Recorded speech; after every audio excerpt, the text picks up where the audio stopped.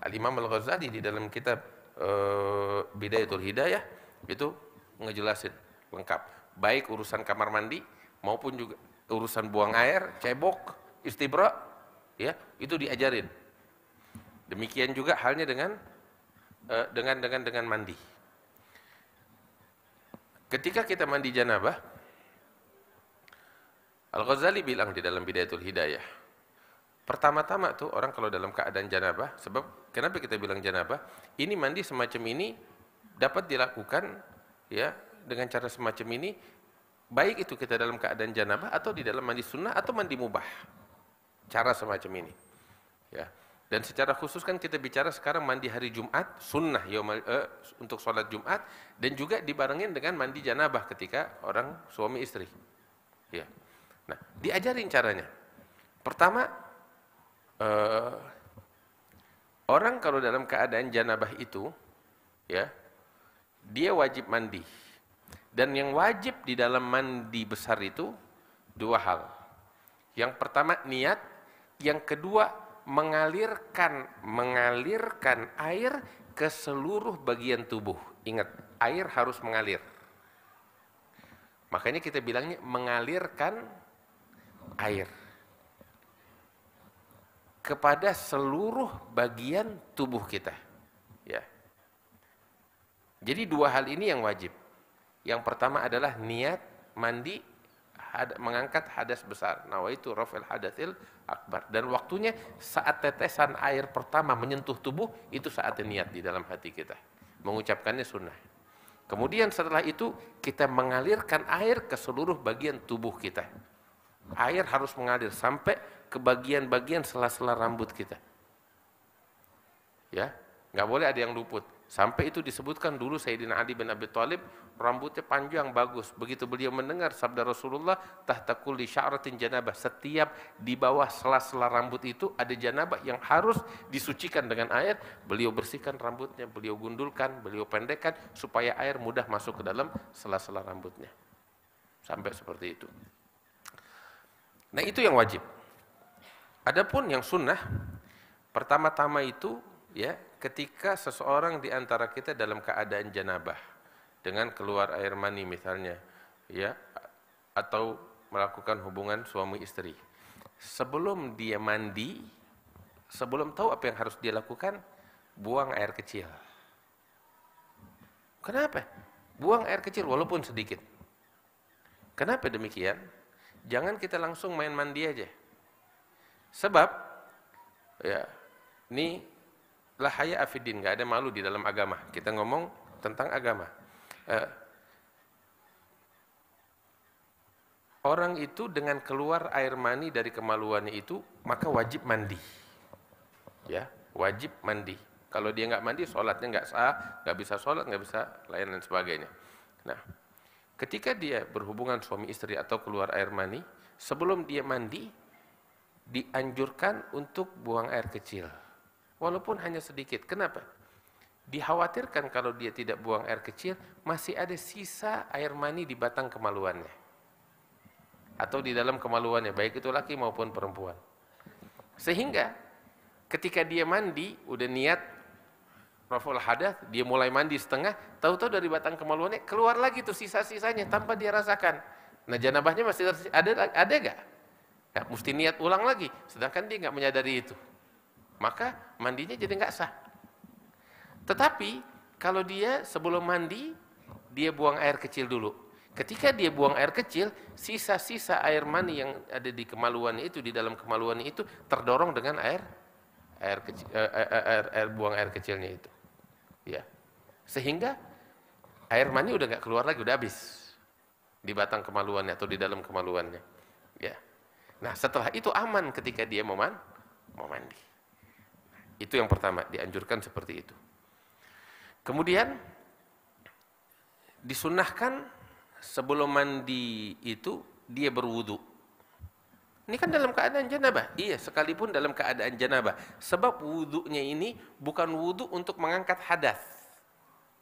Tetapi wudu bukan untuk mengangkat hadas kecil, maaf. Tetapi wudu untuk sunnatul janabah. Wudu sunnah untuk janabah. Dia tidak mengangkat hadas. Ya, tetapi hanya disunnahkan karena dia dalam keadaan janabah. Jelas. Itu yang kedua. Baru setelah itu, ya, dan wudunya itu lengkap dengan segala sunnah-sunnahnya, termaksud siwak sebelum wudu. Dan siwak punya wudu beda sama siwak punya mandi.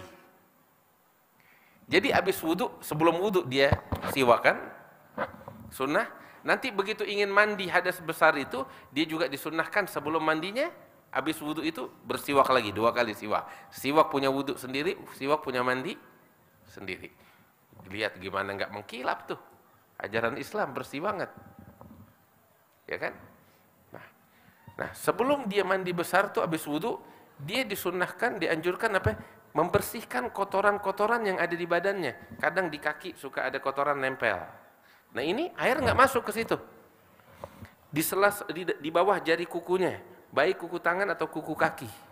Ya kan? Terus juga di sela-sela kuku nih. Kadang ente habis makan kebuli, ya. Itu kan ada lemaknya.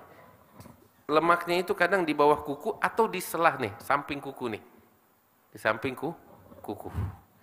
Buktinya apa? Ente suka lihat tuh kalau cuci tangannya nggak bersih, di sela-sela kuku jari itu, di sela kuku ada bintik-bintik apa tahu? Rempah-rempah yang masih nempel.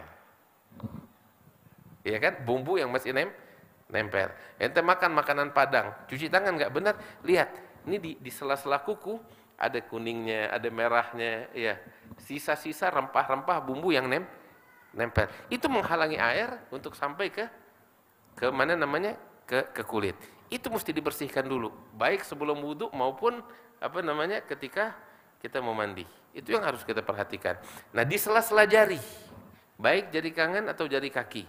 Terus belahan-belahan apa namanya kaki yang belah-belah itu juga dibersihkan. Ya. Terus di bawah lekukan tubuhnya, kalau ada orang gemuk kan berlipat-lipat badannya, ya bukan nyindir ini. Ya, tapi diajarin itu bersihkan dulu. Begitu itu semua udah bersih, pakai sabun, pakai apa? Nah, baru bilasan. Dianjurkan untuk membilas. Bagaimana cara ngebilasnya? Bilasan pertama itu, ya, bagian tubuh depan sebelah kanan. Bagian tubuh depan sebelah kanan dibilas nih. Dari pundak kita, leher, pundak, bagian depan sebelah kanan, turun sampai ke bawah ke kaki, digosok nih sama tangan kita, pinggir kanan kita juga, terus sampai ke bawah. Jelas? Terus lakukan itu yang kedua kali, juga begitu. Bagian depan sebelah kanan dari tubuh kita, dari leher ke pundak, terus ke bawah, sampai ke ujung kaki, digosok. Lakukan ketiga kali, ya, sampai pinggir-pinggirnya. Dapat semuanya, di pusar kita, di belahan tubuh kita, pangkal paha kita, semuanya. Udah. Ya, di lipatan-lipatan tubuh. Udah semua itu, ini baru bagian depan sebelah kanan. Setelah itu, bagian belakang sebelah kanan. Dari, apa namanya, belakang leher ini, sampai pundaknya, terus turun ke bawah, ya, sampai lipatan pahanya, sampai terus ke tumitnya, sampai ke kakinya, digosok. Itu bilasan pertama untuk bagian tubuh belakang sebelah kanan. Ya, 3 kali lakukan seperti itu. Selesai, baru pindah bagian tubuh depan sebelah kiri. Dari leher tuh pundak terus ke bawah sampai ke kaki. Begitu seterusnya, lakukan 3 kali. Baru pindah ke bagian belakang sebelah kiri. Seperti itu juga, digosok 3 kali. Lengkap ini dari leher ke bawah sudah tuntas. Ya kan? Baru setelah itu kepala kita, ya, digosok tuh rambut kita, bagian mata kita nih, kotoran di mata, ya, di bawah hidung, di ujung apa namanya bibir, pertemuan antara bibir atas bibir bawah nih di ujung, ya. Terus orang yang berjenggot, baik itu jenggot tipis atau tebal, ini digosok, ya. Terus di belakang telinga suka ada kotoran nempel, ya. Di dalam telinga juga nih lekukan-lekukannya. Nah, itu dibersihkan. Kemudian kepala kita itu dibasuh seperti itu sebanyak 3 kali. Tuntas. Ya kan? Tuntas.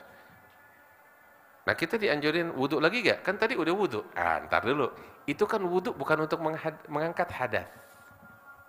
Tapi itu wudhu untuk sunnatul janabah. Nah, mandinya kita itu